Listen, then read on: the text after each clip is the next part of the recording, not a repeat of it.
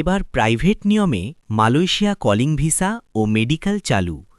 কিভাবে আবেদন করবেন, কোথায় করবেন, কি কি ডকুমেন্ট লাগবে, এ টু জেড সম্পূর্ণ গাইড। মালয়েশিয়া শ্রমবাজার ঘিরে আবারও শুরু হয়েছে নতুন আলোচনা।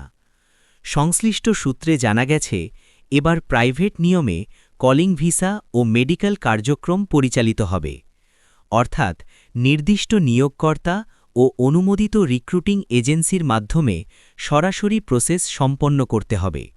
মালয়েশিয়ার শিল্প ও নির্মাণ খাতে শ্রমিকের চাহিদা বৃদ্ধি পাওয়ায় এই উদ্যোগ নেওয়া হয়েছে বলে ধারণা করা হচ্ছে। অন্যদিকে বাংলাদেশ থেকে বিপুল সংখ্যক কর্মী আবেদন করতে প্রস্তুতি নিচ্ছেন।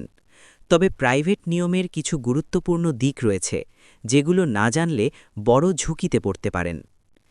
প্রাইভেট নিয়ম বলতে কী বোঝায়? প্রাইভেট নিয়মে সাধারণত নিয়োগকর্তা বা এমপ্লয়ার সরাসরি শ্রমিক নির্বাচন করে এবং অনুমোদিত এজেন্সির মাধ্যমে ভিসা প্রসেস সম্পন্ন হয়।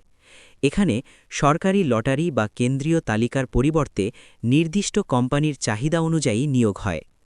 এই পদ্ধতিতে গতি বেশি হলেও ডকুমেন্ট যাচাই অত্যন্ত কঠোর হয়। কোথায় আবেদন করবেন? ১. সরকার অনুমোদিত রিক্রুটিং এজেন্সিতে। ২. বৈধ লাইসেন্সধারী এজেন্সির অফিসে সরাসরি। ৩. নিয়োগকর্তা কর্তৃক মনোনীত অফিসিয়াল চ্যানেলে। আবেদন করার আগে এজেন্সির লাইসেন্স নম্বর যাচাই করা জরুরি। অনেক ভুয়া অফিস প্রাইভেট প্রসেসের নামে অতিরিক্ত অর্থ দাবি করে থাকে। প্রয়োজনীয় সাধারণ ডকুমেন্ট। প্রাইভেট নিয়মে আবেদন করতে সাধারণত যেসব কাগজপত্র লাগে: কমপক্ষে ১ বছরের মেয়াদযুক্ত পাসপোর্ট, জাতীয় পরিচয়পত্র, পুলিশ ক্লিয়ারেন্স সনদ, মেডিকেল রিপোর্ট অনুমোদিত সেন্টার থেকে, পাসপোর্ট সাইজ ছবি, কর্মদক্ষতার সনদ যদি থাকে। এবারের প্রাইভেট প্রসেসে কিছু অতিরিক্ত বা আনকমন ডকুমেন্ট চাওয়া হতে পারে। ১. পূর্বের কর্মসংস্থানের রেফারেন্স লেটার। আগে কোথাও কাজ করে থাকলে সেই প্রতিষ্ঠানের সুপারিশপত্র। ২. ব্যাংক স্টেটমেন্ট বা আর্থিক সক্ষমতার প্রমাণ। কিছু ক্ষেত্রে আবেদনকারীর আর্থিক স্থিতি যাচাই করা হতে পারে। ৩. Digital biometric registration slip. অনলাইনে নিবন্ধনের পর প্রাপ্ত কনফার্মেশন কপি।